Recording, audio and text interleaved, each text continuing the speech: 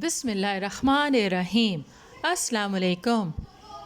اللہ تعالیٰ نے سورہ انبیاء میں حضرت ایوب علیہ السلام کا واقعہ بیان کرنے کے بعد فرمایا، اور اے نبی اسماعیل اور ادریس اور ذوالکفل کو بھی یاد کر لیا کرو، یہ سب صبر کرنے والے تھے اور ہم نے ان کو اپنی رحمت میں داخل کیا، بلا شبہ وہ سب نیکوکار تھے۔ سورہ سواد میں بھی حضرت ایوب علیہ السلام کے واقعے کے بعد ارشاد ہے، اور ہمارے بندوں ابراہیم اور اسحاق اور یعقوب کو یاد کرو جو قوت اور بصیرت والے تھے، ہم نے ان کو ایک صفت خاص آخرت کے گھر کی یاد سے ممتاز کیا تھا، اور وہ ہمارے نزدیک منتخب اور نیک لوگوں میں سے تھے۔ اور اسماعیل اور یسی اور ذوالکفل کو یاد کرو، وہ سب نیک لوگوں میں سے تھے۔ قرآن مجید میں انبیاء کرام علیہم السلام کے ساتھ اور تعریفی کلمات کے ساتھ آپ کا ذکر کرنے سے معلوم ہوتا ہے کہ ذوالفقل نبی تھے، اور یہی مشہور ہے۔ بعض علماء کا کہنا ہے کہ آپ نبی نہیں تھے بلکہ ایک نیک آدمی اور انصاف پسند حاکم تھے۔ حضرت مجاہد رحمۃ اللہ علیہ سے روایت ہے، انہوں نے فرمایا، آپ نبی نہیں تھے بلکہ نیک آدمی تھے، آپ نے اپنی قوم کی رہنمائی کی اور ان میں انصاف کرنے کی ذمہ داری اٹھائی تھی، اس لیے وہ ذوالکفل ذمہ داری اٹھانے والے کے نام سے مشہور ہوئے۔ حضرت مجاہد رحمۃ اللہ علیہ سے روایت ہے، انہوں نے بیان کیا ہے کہ جب یسی علیہ السلام بوڑھے ہو گئے تو آپ نے فرمایا، کتنا اچھا ہو کہ میں اپنا ایک نائب مقرر کر دوں جو میری زندگی میں ان پر حکومت کرے، تاکہ میں دیکھ لوں کہ وہ کیسے کام کرتا ہے۔ اگر مناسب معلوم ہو تو اسے اپنی وفات کے بعد کے لیے اپنا نائب مقرر کر دوں۔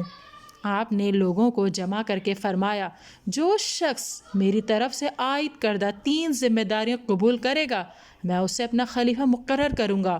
وہ کام یہ ہے کہ دن کو روزہ رکھے، رات کو قیام کرے اور غصہ نہ کرے۔ ایک آدمی جو دیکھنے میں بالکل معمولی سا لگتا تھا اٹھا اور بولا، میں ذمہ داریاں قبول کرتا ہوں۔ فرمایا، تو دن کو روزے رکھے گا، رات کو قیام کیا کرے گا اور غصے میں نہیں آئے گا؟ اس نے کہا، جی ہاں۔ اس دن آپ نے انہیں واپس کر دیا اور اپنا خلیفہ نامزد نہیں کیا۔ دوسرے دن آپ نے پھر یہی اعلان فرمایا، سب لوگ خاموش رہے۔ اسی آدمی نے اٹھ کر کہا، میں۔ آپ نے اسے اپنا خلیفہ مقرر کر دیا۔ ابلیس شیطانوں سے کہتا تھا، اس شخص کو قابو کرو، لیکن سب شیطان اسے گمراہ کرنے میں اور اس سے وعدے کے برعکس کوئی کام کرانے میں ناکام ہو گئے۔ ابلیس نے کہا، مجھے ذوالکفل سے نبٹنے دو۔ وہ ایک انتہائی بوڑھا فقیر بن کر آپ کے پاس اس وقت آیا جب آپ دوپہر کے وقت آرام کرنے کے لیے لیٹ گئے تھے۔ آپ دن رات میں صرف ایک بار اس وقت سویا کرتے تھے۔ اس نے دروازہ کھٹکھٹایا۔ آپ نے فرمایا، کون ہے؟ اس نے کہا، ایک مظلوم ضعیف بوڑھا ہوں۔ آپ نے اٹھ کر دروازہ کھول دیا اور وہ اپنی کہانی سنانے لگا۔ اس نے کہا، میرا اپنی قوم کے لوگوں سے جھگڑا چل رہا ہے، انہوں نے مجھ پر ظلم کیا ہے اور یہ کیا اور یہ کیا۔ وہ بات کو طول دیتا چلا گیا حتیٰ کہ قیلولے کا وقت گزر گیا اور عدالت میں جانے کا وقت ہو گیا۔ آپ نے بوڑھے سے فرمایا، جب میں عدالت میں بیٹھوں گا تو تجھے تیرا حق دلوا دوں گا۔ آپ عدالت میں آ کر اپنے مقام پر بیٹھ گئے۔ آپ نے ادھر ادھر دیکھا مگر بوڑھا کہیں نظر نہ آیا۔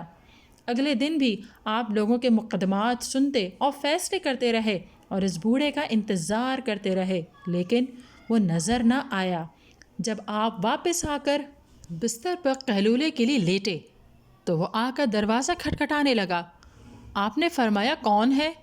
اس نے کہا، وہی مظلوم ضعیف بوڑھا ہوں۔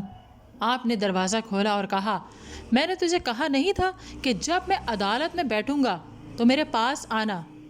اس نے کہا، وہ بڑے خبیث لوگ ہیں، انہیں جب پتہ چلا کہ آپ عدالت میں تشریف لے گئے ہیں تو مجھے کہنے لگے، ہم تجھے تیرا حق دے دیں گے۔ جب آپ نے عدالت برخاست کی وہ مکر گئے۔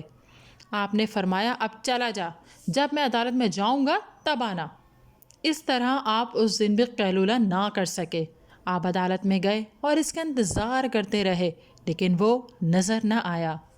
آپ کے لیے نیند پر قابو پانا مشکل ہو گیا تو آپ نے گھر والوں سے کہا، مجھے سخت نیند آ رہی ہے، تم کسی کو دروازے کے قریب نہ آنے دینا، میں ذرا سو لوں۔